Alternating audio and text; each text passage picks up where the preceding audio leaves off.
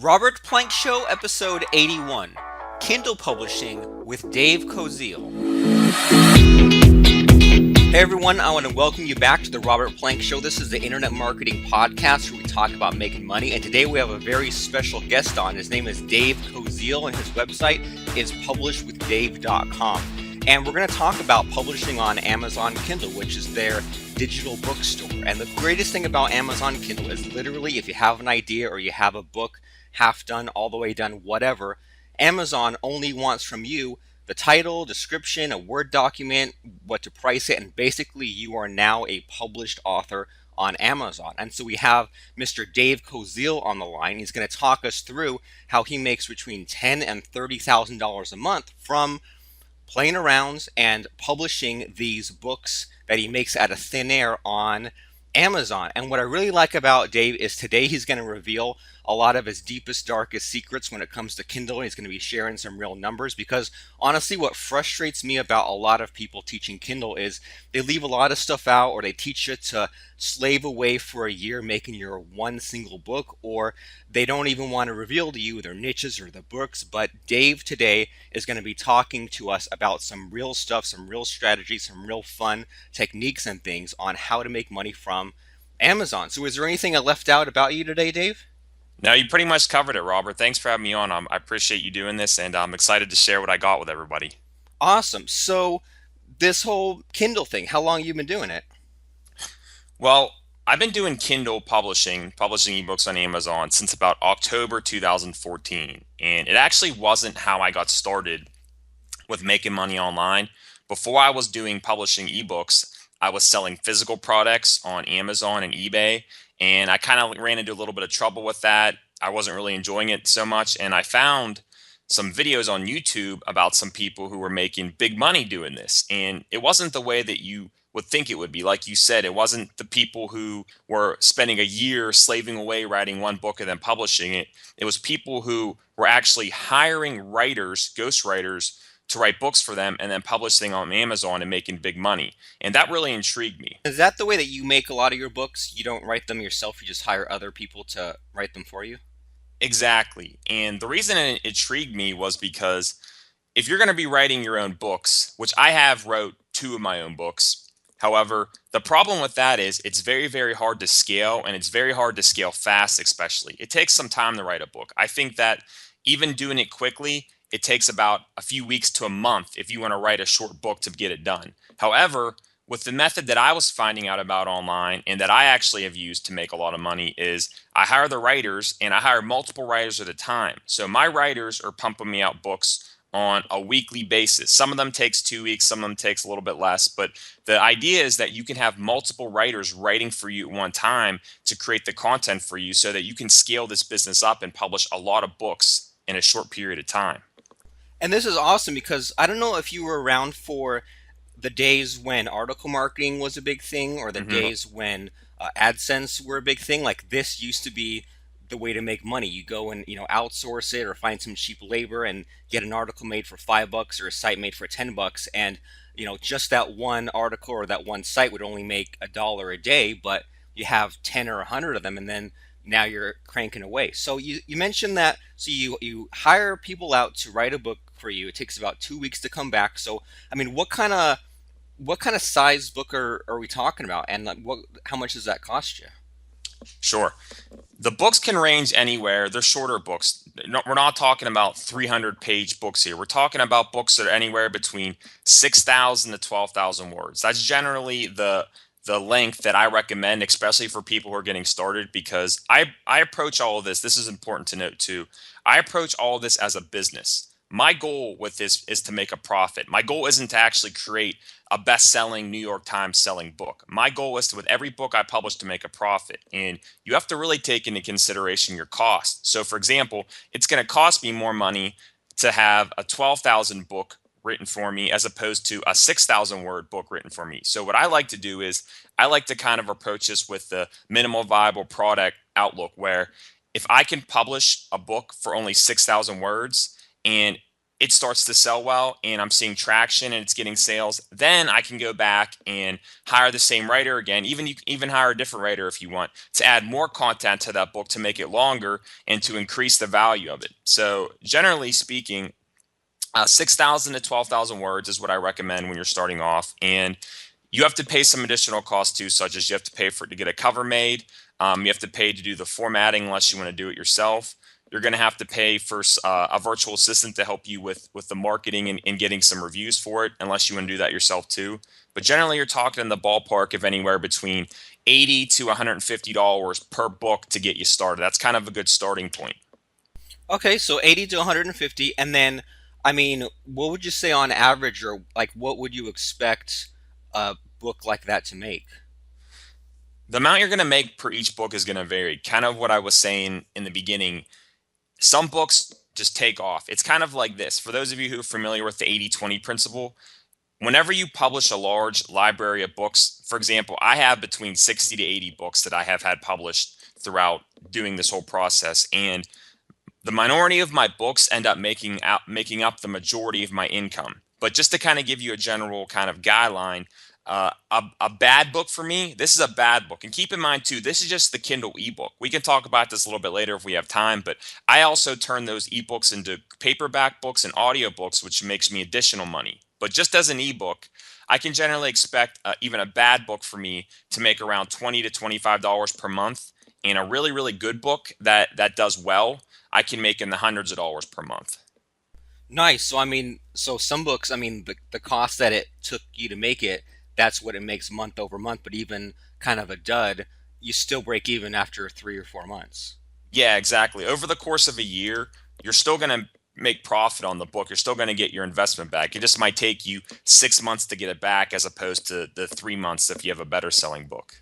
But I mean, still, that's awesome. And if you're talking about messing around with paid traffic or things like that, you might throw all kinds of money into something and never even see the money back. So, what really scared me at first with all this Amazon Kindle stuff was it seemed like that Amazon was just trying to undercut everybody, right? It seemed like, Hmm. well, now I'm giving away all my stuff for $1, for $5, and then when Kindle started to take off, I noticed a lot of kind of, I don't know, scumbag marketers just trying to game the system, right? They'd say, well, flood the market with public domain stuff, or they'd say, well, take a book and just do a search and replace the characters, like search and replace, Huckleberry Finn, and then put out that book. But from what little I've seen about this whole strategy of making just like an army of small books, basically, I've seen that it's kind of reached a middle ground, right? And I mean, let me know if I'm wrong, but it seems like a lot of these people, like, now there's some thought into that goes into it, where they say, well, I'm actually going to do some keyword research, or I'm going to look at what's a big problem people are having or what people are searching for, and then I'm going to, based on that, look at where there's low competition or where I can beat the competition. I mean, is that kind of what the idea is here? I mean, not just to flood the market with a bunch of random books, but to actually look at what people are searching for and what's selling, right? Yeah, there's definitely a whole strategy to it. I think in the golden days, maybe like in early 2012 when Kindle just was getting started, I think you could pretty much publish anything and make money. It was just kind of people were dumb, they didn't understand, so they were just throwing their money away buying anything. But now there's a lot more quality control and there's a lot more research that goes into it. You have to pay attention to profitable niches.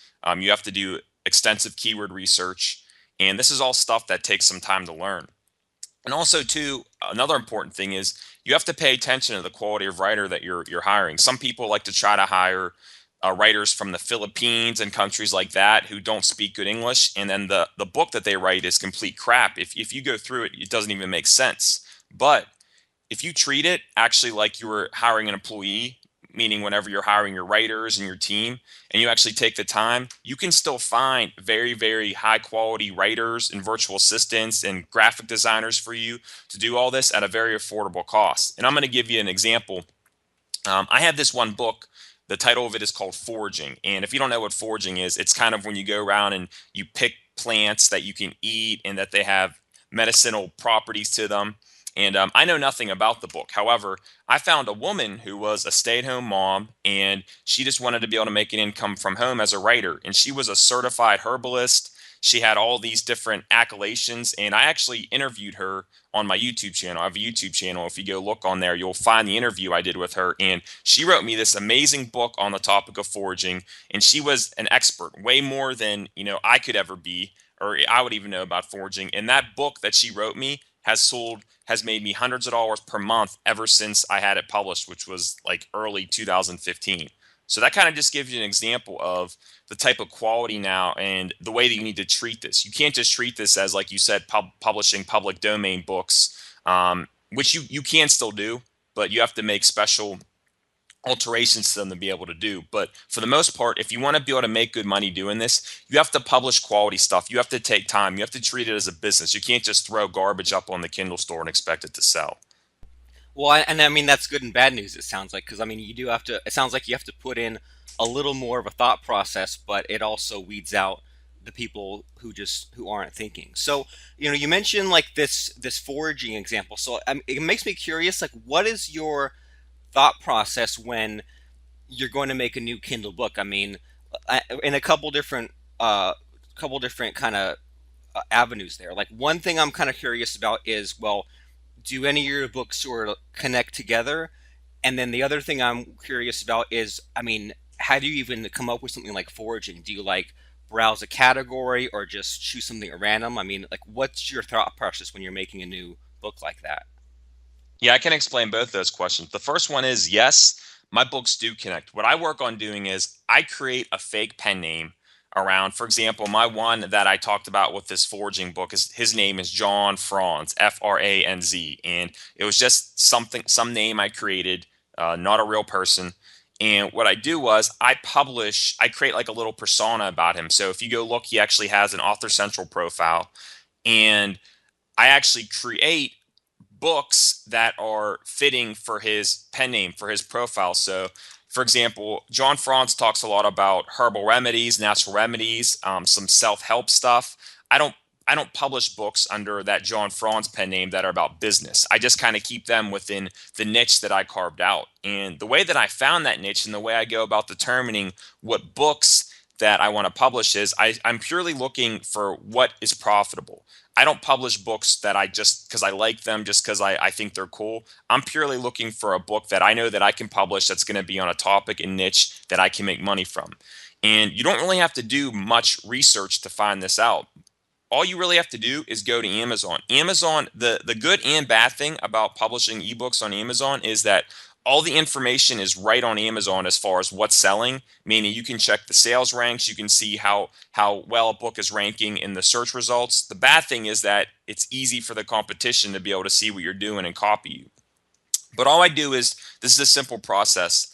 I go to the bestsellers list and I just start digging into the category. So, for example, the way that I found foraging was I went to the bestsellers list and I went into a couple categories and I just kept clicking. If you go look at the categories on Amazon, you can go pretty deep on some of them. You can go from like health and fitness, and from health and fitness, you can go into dieting. From dieting, you can go into like further diets. You can keep niching down.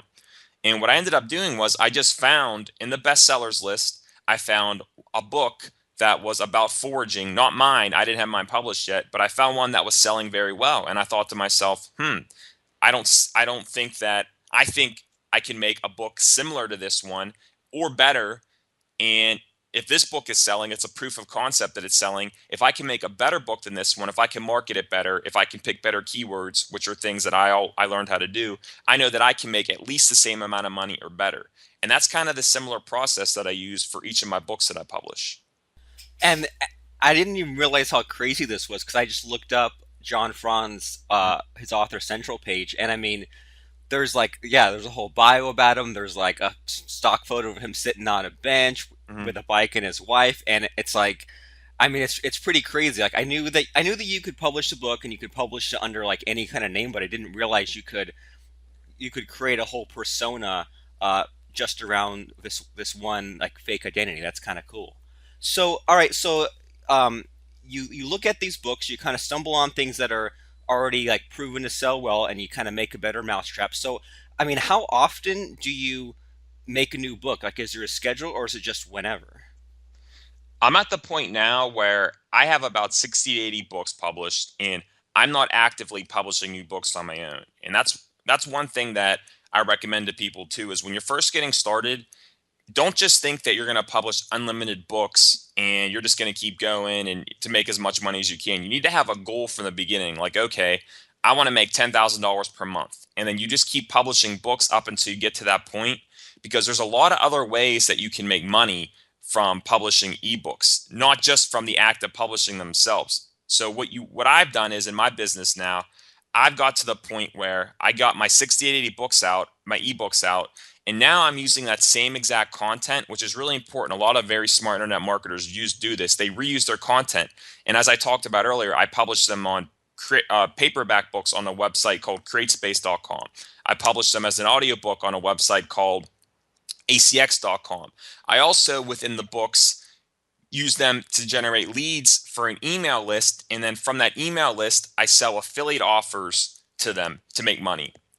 And there's a few other different ways too that I make money, but as you can see there, you can really just start off with the ebook and then grow it into a pretty large income stream. And to answer your question about, for maybe people starting off who want to do this, how many do I recommend?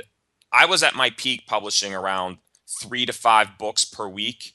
But I caution you, don't go out of the gate starting that much. I recommend you get one book done and then you just mess around with that one book for as long as it takes until you're getting it selling. Because if you publish a book and it's not selling and you just keep publishing more thinking, oh, screw it, I'll just figure it out along the way, you're basically going to be replicating your same mistakes over and over and over again with each book. So it's important to master one book first, figure out how to get it to selling, or at least figure out what you did wrong with that book as to why it wouldn't sell. Because if you pick a horrible niche that's not profitable, it's not going to sell no matter how well or how well you do everything else. But figure out how to make one book sell, use that as a model, and then just work upon that and publish more books. But I really wouldn't recommend exceeding more than 3 to 5 books per week. That's going to take a lot of work and effort, even with virtual assistants, and things can start to get a little hairy once you get to that level.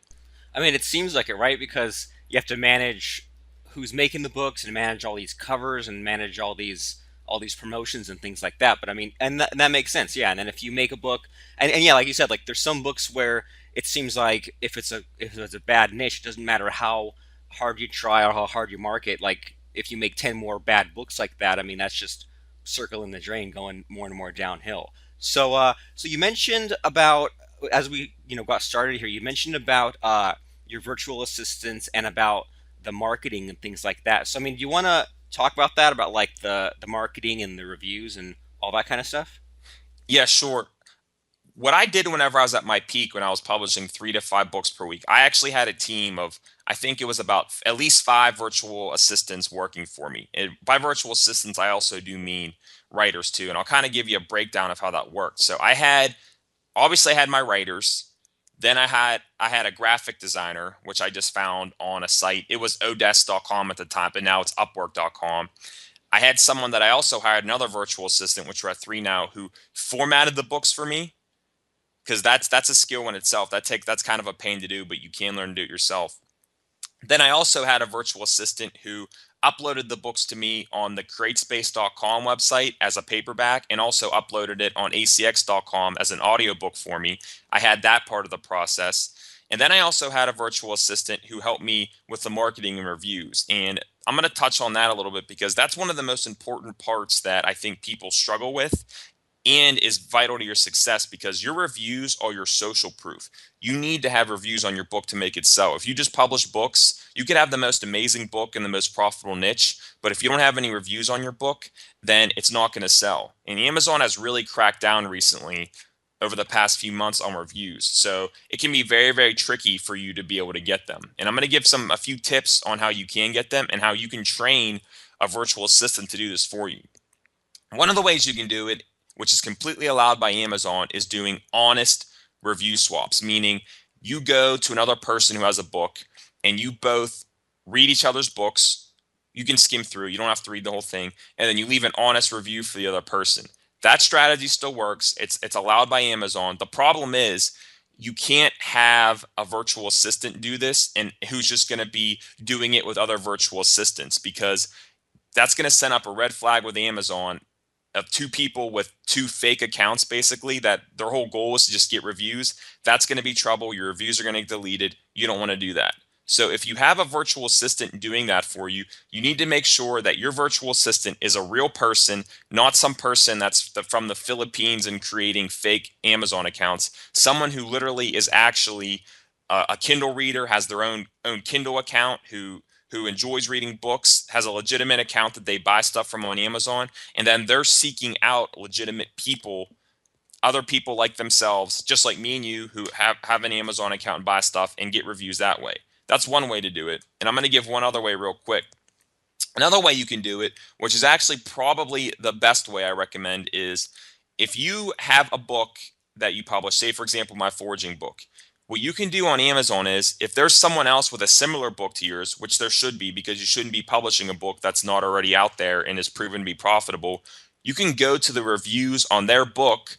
And if you click on the reviewers, you can usually find their email address by just clicking on the name of the person who left the reviews. And you can compile a list of those email addresses and you can send them an email, and you're allowed to offer them a free PDF version of your book in exchange for an honest review. Now, this strategy is time consuming. That's why I actually recommend that you train a virtual assistant to do this. And you're not going to get 100% results. But for example, you might compile a list of 100 email addresses from using this method. And if you have a virtual assistant email all of them, you might get 15 to 20 reviews, which is perfect. That's about all you really need to get in and get started. And then as time goes on, there's other strategies that you can use to continuously add reviews to your book. But that's sort of an overall breakdown of the way that you use virtual assistants, and especially how you can get reviews for your book, which is really important. Man, and in those two pieces of advice, I mean, I think that if people only get one or two things out of this call, which they're going to get a lot more, but like for me at least, like the two biggies were those two things right there, like the honest review swap. So contact other authors and honestly review their book and have them review your book as well, and then go and look at people who have reviewed other books and have a virtual assistant find their email address and just hit them up and compile a list in exchange for a PDF copy for an honest review. Because I mean, I know that at least with me, like I haven't, I do want to get into this, the Hmm. having all the the pen names and all the separate books, and all I've done so far is I've published 10 books under my own name, but they're internet marketing books, stuff Hmm. about my own niche, 100 or 200 pages. And I mean, at first I was thinking, okay, well, the only thing I'm worried about is just I need to get it online. I'll worry about the rest later. And then I got kind of tired. And then I went back and I realized maybe like a year or two later that, oh, this whole time I should have been doing things to get reviews and things like that. So I mean, this is pretty cool. Like it seems like you have a pretty good streamlined system down at this point where basically have your checklist. Like it seems like you whenever you want to have a new book created, then you go and you drill down into the categories in these bestsellers, Hmm. find some decent things to kind of emulate, and then you go to Upwork and you hire a virtual assistant to write the book for you. That comes back, you hire a VA to format it for you. That comes back, you hire someone to upload to Kindle, upload to CreateSpace, upload to ACX, and then once that's up and running, then you hire people to market it for you and basically do the reviews. So, out of curiosity, like so, you mentioned about you hire somebody to upload to Kindle and CreateSpace. Is there a way to give somebody guest access, or do you basically have to just trust them with your account? You kind of have to just trust them with your account. There's this one software that you can use called LastPass, LASTPASS.com, I believe it is. And what it does is you can create sort of like a dummy password. You have to download the program, and whatever virtual assistant you're using also has to download it. And I believe there's a free version too. And you can actually create a sort of a fake password to give to them so that they don't actually have access to your real password. They just have access to the LastPass password. So technically they still have access to your account, but they can't actually they don't actually have your real password that you have for like your Amazon account. So there is a trust factor that you have to develop. And the way that I actually went about doing it was I didn't give access to my virtual assistant to my account right away. The one I only gave it to one virtual assistant, and I hired him first, and he worked for me for about a month or two, just formatting the books for me. And I started to see that he was doing a good job. He was trustworthy. I didn't have any red flags that came up that made me think that he was going to do anything.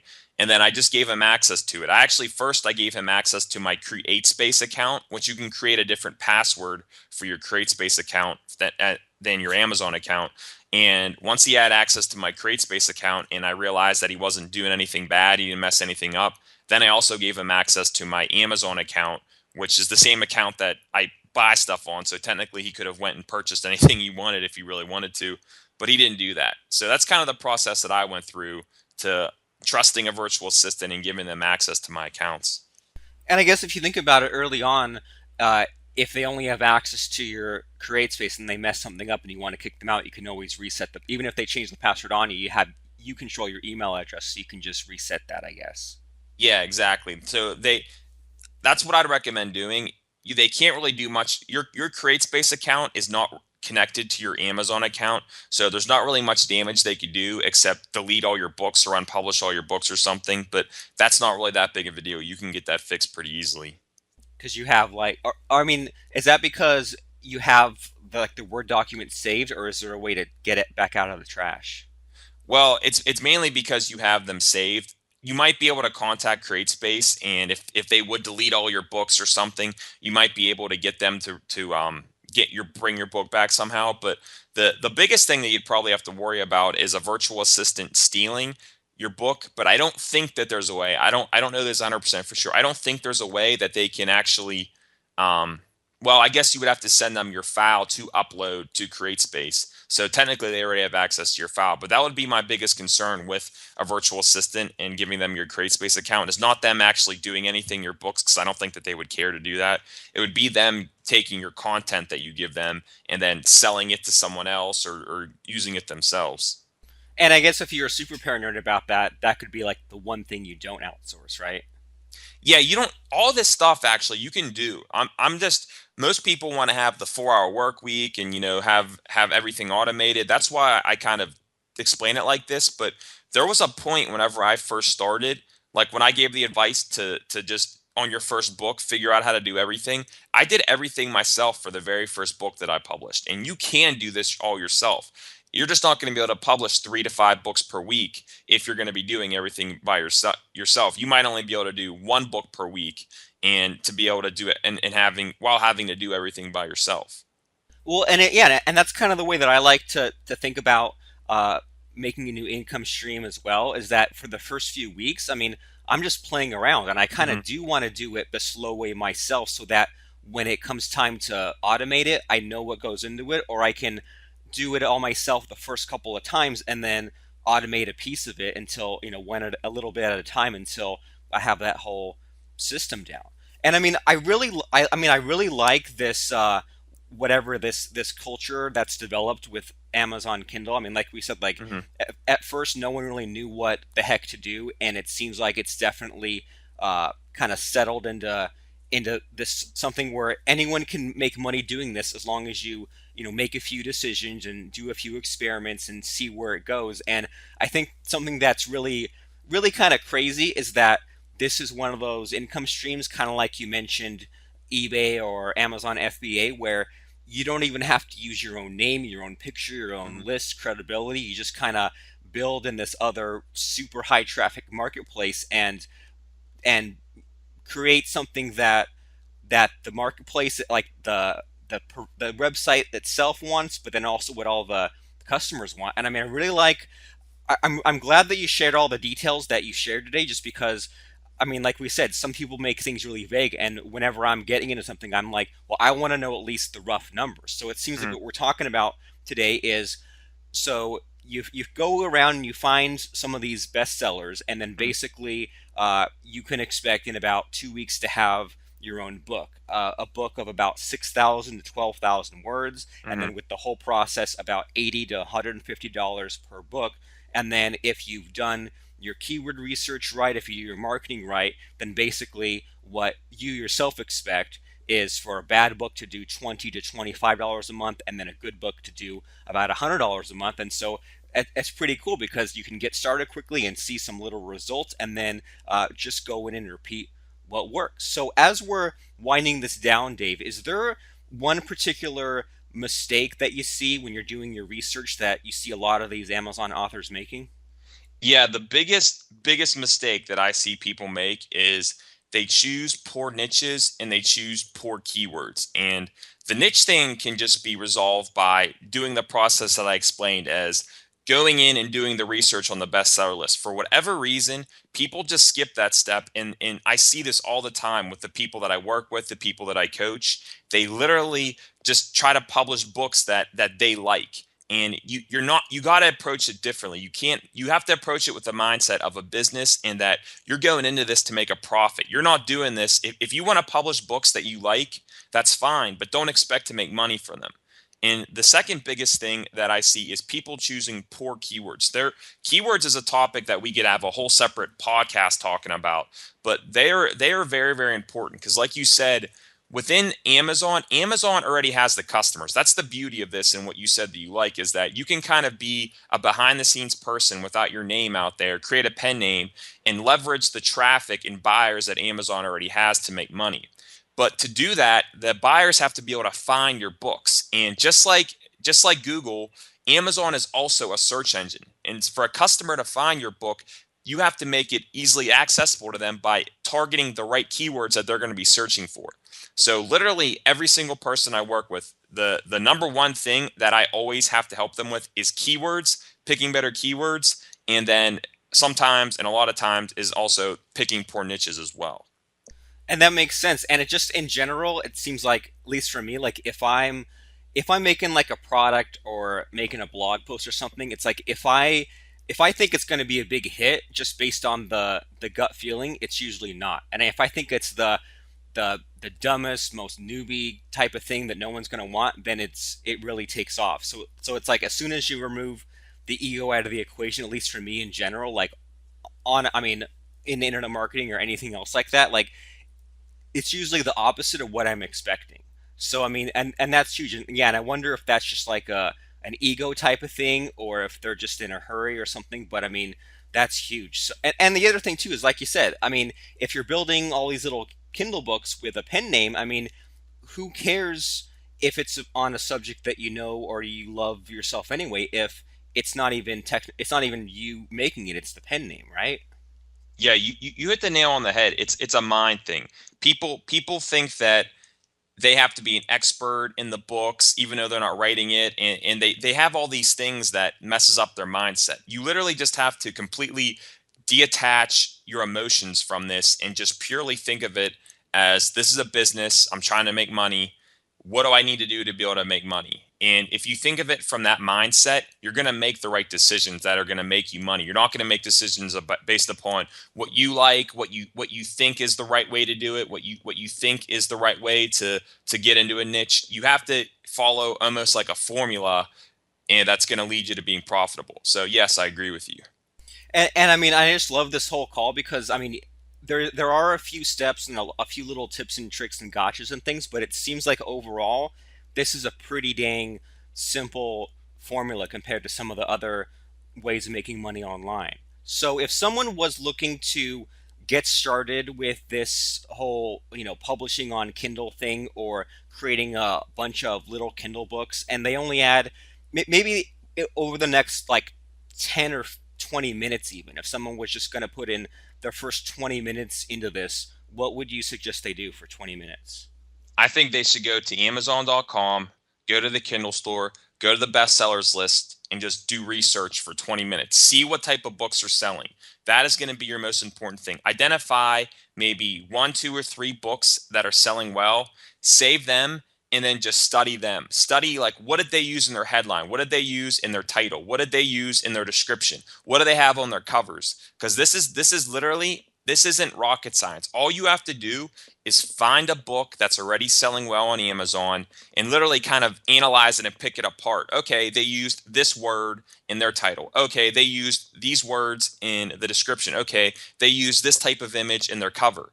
And what you can even do is if you're looking at a similar like niche, if you're in a certain category, you can compare three books together that are selling well and see what they all have in common. And then you can kind of take everything they have in common, put it in a Word document, and basically create your own version of the combination of those three books that you can then publish and sell on Amazon and will hopefully and should be able to make you money.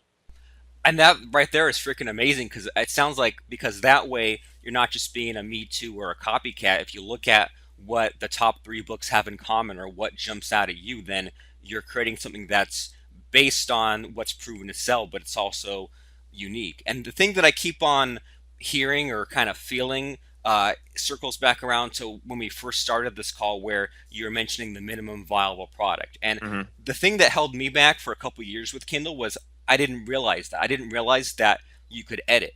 I just looked at people selling on Amazon and I thought, oh man, I got to have like the cover exactly right, and I got to have the price exactly right. I got to have the book exactly right. But yeah, what's really cool about this is you can just kind of, it seems like you can just play around, and then later on, if you want to make a better cover, make a better description, do better keywords, change up the price, you can always do any, I mean, even if the book's a dud, I mean, delete it or not. It seems like you can go back and do any, like, undo any mistakes later on, other than like a bad niche or a bad book. But it seems like if you're almost quite there, almost on the mark, but something's a little off, you can always go back and correct your mistake. Yeah, you're absolutely right. I literally have had books, and even books that are in bad niches, sometimes you can take the content of that book and kind of turn it around a little bit to fit in another niche. And then you can use different keywords to target it, and you can make that a profitable book. I've literally had books that have tanked hardcore the first time I published them. And then I just did a complete rehaul of them. New cover, new keywords, may have done a little bit of editing to the content, new description. And then when I made the update to them, they took off and started selling. So it's definitely possible to change your book as much as you want, and it's actually something that I really encourage. Unless you have a book that the first time you publish it comes out of the gate and is just rocking and rolling as far as sales goes, you want to be tweaking your book. You want to be changing keywords. You want to be experimenting to see what works and what doesn't. Sometimes you might make a change and it might make your book so worse. Well, then you just go back in and change it back. But that's how you're going to find out what's going to work. And that's ultimately what's going to lead you to making more money. And that kind of relates to, when I look at, for example, the books that this John Franz persona you have, or hearing you talk about these books. I mean, what always kind of hit me in the head was, I kept thinking, well, if there's a high selling book or a best selling book, and I'm going to, you know knock them out of first place, or I'm going to try to get on that front page, I mean, how the heck am I going to do that? And how the heck isn't someone else going to knock me out of that front page? But it seems like, as you're talking about this, that a lot of these books are not made by marketers, right? Like, a lot of these books might have good content or might be okay sellers, but maybe they just lucked into it, and you can do a better job with the keywords, or just the fact that you're tested and tweaking means that you're doing a lot more than the original author of the book. Is that right? Yeah, in a lot of ways, a lot of the people who publish on Kindle, this is just from my general observation. A lot of times you'll see big publishing companies on there, which the only way, a lot of times you can beat them by doing better keyword research and targeting better keywords. The biggest struggle that you have in trying to beat them is that they usually can get a ton of reviews. But at the same time, you don't have to have more reviews than them to outrank them for whatever keywords that you're using for. If you can even come close to it, or even sometimes have half of what they do. Like, for example, if a big publisher published a book and has 100 reviews and you can get your book to 50 reviews, you can sometimes still outrank them just by using different strategies for picking keywords in your title, subtitle, and different things with marketing to do better than them. But I think overall that the amount of people who are doing what I do is definitely the minority on Kindle. I think that a lot of people who publish on there are either the big time publishers, or they're just kind of people who are just want to self-publish. They're not actually marketers. They're more authors or writers who want to just put their content up there. And if you look at the bestsellers list, you can actually see who the people are that are marketers. I've gotten to the point where I can go to the bestsellers list and I can tell if someone's book is if the person who published it was another marketer like me. I can just tell by the way that they did the reviews, the way that they wrote their copy, the way that their title is, and that's important to be able to notice too. And that comes along with experience, though. So that's funny. So you can see if, like, if you're looking into a certain topic in the bestsellers, if say you're looking at like 10 or 20 books, you can tell if they're mostly marketers or if it's all just some regular authors. That's kind of funny. Yeah, it is kind of funny. And the thing is, you can still beat out any one of those people, even if someone else is a marketer. The experimenting that I talked about before, if you can figure out different strategies, and there's so many different ways to be able to drive traffic to your books and to make money. I mean, we could have a whole podcast even talking about that. You definitely want to prepare your books as best you can to make organic sales from the buyers that Amazon already has available. But man, there's so many different tactics with social media and paid traffic outside of Amazon that you can use to drive traffic and get sales from your books too. There's a lot of possibilities. So speaking of those possibilities, I mean, you said you had 60 to 80 books, and a lot of those are on CreateSpace and Audible and ACX, stuff like that. So what's next for you? Is it more of the same stuff, or is there something coming up that you're really excited about? Yeah, the strategy I'm working on now is, and this is kind of advanced, so I don't recommend people start off with this, but I am actually, and you and I, Robert, we talked about this whenever we met up, but you can create a permanently free book on Amazon. And I'm not going to actually go into too much details about that now, but I'm at the stage where I'm actually not even worried about making money from the ebook. My goal now is to make my books permanently free on Amazon, generate leads, and by generating those leads, I'm also still making sales on my paperback version and audiobook version, but I'm also building up huge email lists, and I'm able to make a lot of money on the back end by promoting affiliate offers to these email lists. And as a marketer, I think we both know that there's the money's in the list. And for me, I'd rather be able to send out one email to a list of a few thousand people and make a ton of money than try to worry about making a few bucks on an ebook that I have available for sale. So that's kind of the strategy that I'm doing. That's definitely not one for beginners, but as you get more advanced, you might want to think about doing that as well. And also too, I'm offering coaching, I'm creating courses, I'm doing a lot of training that teaches other people how to do this, because there's definitely a need in the marketplace for someone who really has the depth of experience as I do in teaching people how to do this. Because like you said, there's a lot of people and courses and training out there that they don't really go into the nitty gritty like I have today that teach you how to do all this. So I'm trying to serve that customer as well as take my publishing, what I have with my ebooks, to a different level as well.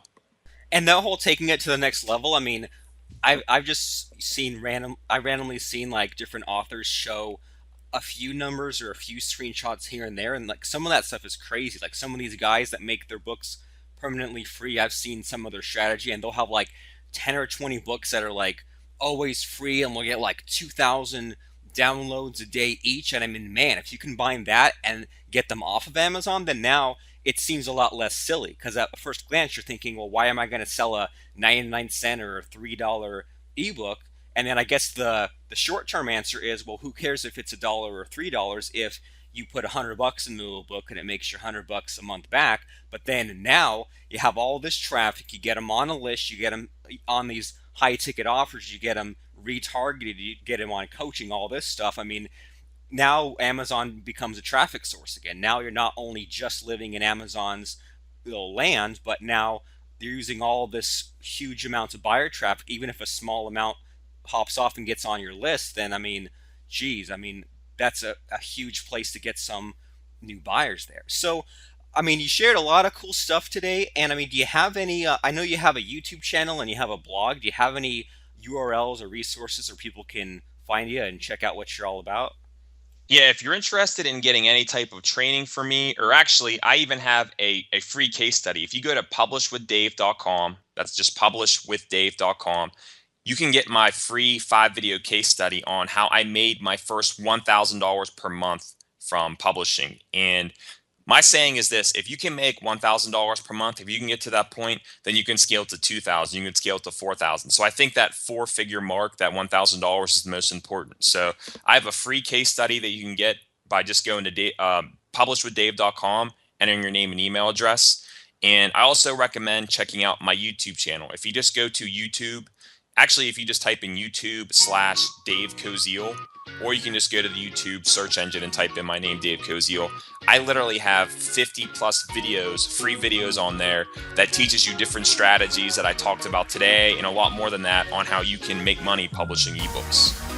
Awesome. And that's to spell Koziel, that's Koziel. Is that right? Yep, that's right. Awesome. So youtube.com/Dave Koziel and then publishwithdave.com. I mean, man, I want to thank you so much for showing up on the call today. I mean, you've definitely opened my eyes to a whole possibility of just like building up a whole new income stream. And I knew that it was pretty simple, but I didn't even know how simple until you explained this today. And I knew that it was pretty cheap, but not even how cheap compared to